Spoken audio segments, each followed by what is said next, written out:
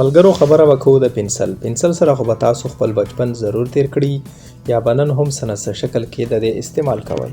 پنسل صرف د ماشومانو نه بلکې د غټو خلکو هم ډېر په کار راځي، هغه که انجینیر وي او که یو آرټسټ. ملګرو نن موږ تاسو دپاره د کمال ویډیو راوړې ده. تاسو په ذهن کې چې د پنسل متعلق څه سوالات وي چې پنسل ته د توره سیکه څنګه ورچول کیږي یا د پنسل بناوټ متعلق، نن به دغه ویډیو کې موږ تاسو ته د پنسل جوړولو متعلق ټول معلومات درکو. وړاندې تلو نه مخکې به موږ د پنسل په تاریخ باندې نظر اچو چې پنسل ایجاد چا، ولې او څنګه کړی، یا چې په شروع کې پنسل ایجاد کړی نو په کومې طریقې سره به پنسل جوړېدو، هغه به په لیدو کې څنګه او کومې طریقې سره به دغه پنسل استعمالېدو. ملګرو تاسو ته به دا ووایو چې د پنسل ایجاد چې دی دا د پن ایجاد نه ډېر وړاندې شوی و. د پنسل ایجاد نه وړاندې به خلکو د مرغیو پاڼې یعنې پخې چې دي دا سیای ته ډوبولو نه پس په دې باندې لیکل کول. ملګرو د پنسل جوړولو خیال د ګریفایټ دریافت نه پس شوی او د ګریفایټ دریافت په انګلینډ کې 1564 عیسوي کې شوی و. هغه وخت کې به شپونکو یعنې چرواهو د ګریفایټ استعمال په خپل چیلو باندې او یا په ګډو باندې نمبر لګولو دپاره کوم. خو 14مې صدۍ اخر پورې خلکو د ګریفایټ په ذریعه لیکل شروع کړي، خو د زیات نرموالي له وجې به ګریفایټ ماتېدو او په لیکلو کې به هم ډېر زیات مشکلات. دې ټیم کې به په دې باندې یا تار یا رسۍ تاوهلو نه پس په دې باندې لیکل کېدل.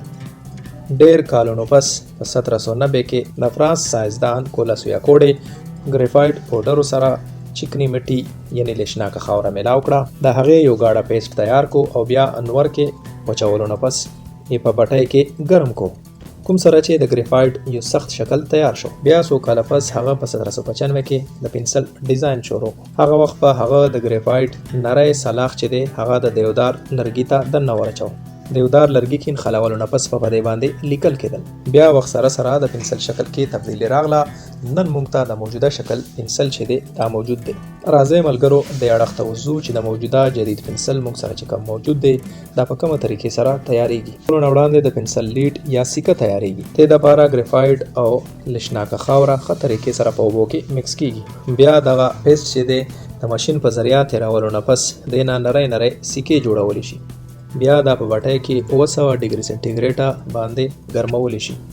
بیا د سخت او مضبوط جوړولو لپاره یو بکس ته اچول کېږي، هغې نه پس د نه زیات درجه حرارت نه تیرولی شي، کوم سره چې پنسل کې استعمالیدونکې سیکه ډیره زیاته سخته او مضبوطه شي. بیا دا په موم کې ډوبولی شي. دغه طریقې سره دا سیکه په مکمله توګه تیاره شي. د رنګین پنسل لیډ هم څه دغه رنګ طریقې سره تیارولی شي. د دې دپاره د رنګینې خاورې استعمال کېږي. دغه رنګ د رنګین خاورې پیسټ تیارولو نه پس بیا په تنور یا په بټۍ کې لګولو نه پس دا مضبوط شي.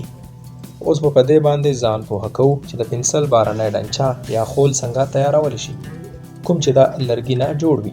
د ښه معیار پنسل تیارولو لپاره د دیودار لرګی استعمالیږي. د دې لرګي تیغونه نرم او نیغ وي، د کوم په وجه چې د شپنر په ذریعه سپینول اسان وي. د پنسل بهرنی خول تیارولو لپاره لرګي کټ کولو نه پس فیکټرۍ ته راوړل کېږي. بیا د ماشین په ذریعه کټای نه پس د دې تختې تیاریږي. د کوم لمبۍ چې 13 سانتي میټر، چوړای 9 سانتي میټر، موټایي یا ګولوالی 0.5 سانتي میټر وي. د لرګي دغه تختې د رولینګ کټر لاندې تیرولی شي.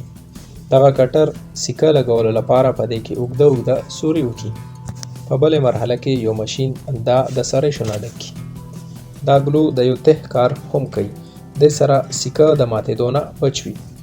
سانچو ته سریش اچولو نه پس دا وړاندې ځي، کوم کې چې یو بلاک نه پس بل بلاک د کنوینیر بیلټ په ذریعه وړاندې دیکه کوي. یو رولر په دغه سانچو کې وړاندې نه پنسل سیکه واچوي.